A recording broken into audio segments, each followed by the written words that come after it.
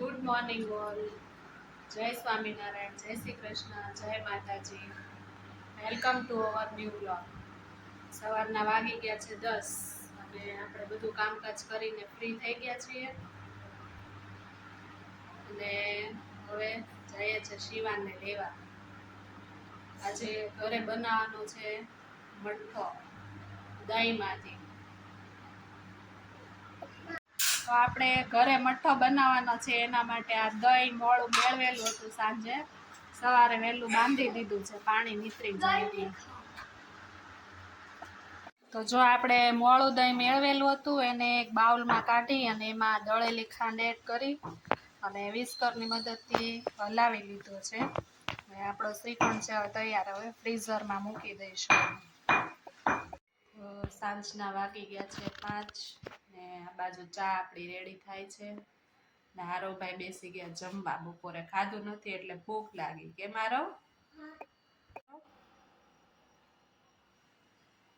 શું છે? પૂરી, પાપડ, વડા. વાટકામાં શું લીધું? શાક. શાક બહુ ભાવે કે મારું ને? હા. ને આવતીકાલે આપણે ગયા હતા અંકિતાબેનના ઘરે. શિવ પૂજા અને સત્યનારાયણ ભગવાનની કથા ને એવો પ્રોગ્રામ હતો. તો એનો વિડીયો પણ આવશે આજે.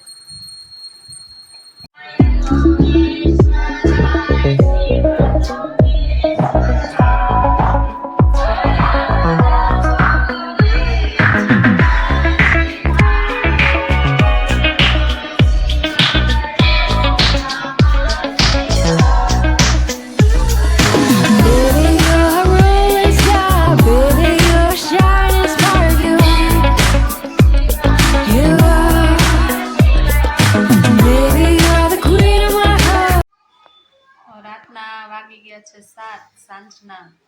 મમ્મી આ બાજુ કરે છે દીવાબત્તી.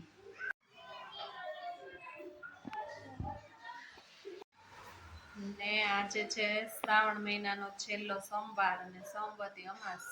તો બધાને આજે એકટાણું છે એટલે રસોઈ કઈ બનાવવાની નથી. ફરાળમાં મોરૈયાની ખીચડી બનાવવાની છે. તો આજના વ્લોગમાં બસ આટલું જ. મળીએ આવતીકાલે નવા બ્લોગ સાથે. અમારી ચેનલ છે યુટ્યુબમાં જવનિકા હિરેન બ્લોગ, એને સબસ્ક્રાઈબ કરજો. આજનો વિડીયો મારો કેવો લાગ્યો લાઈક, શેર અને કોમેન્ટ જરૂરથી કરજો. તો મળીએ નવા બ્લોગ સાથે આવતીકાલે. આવજો. જય સ્વામિનારાયણ. Bye bye.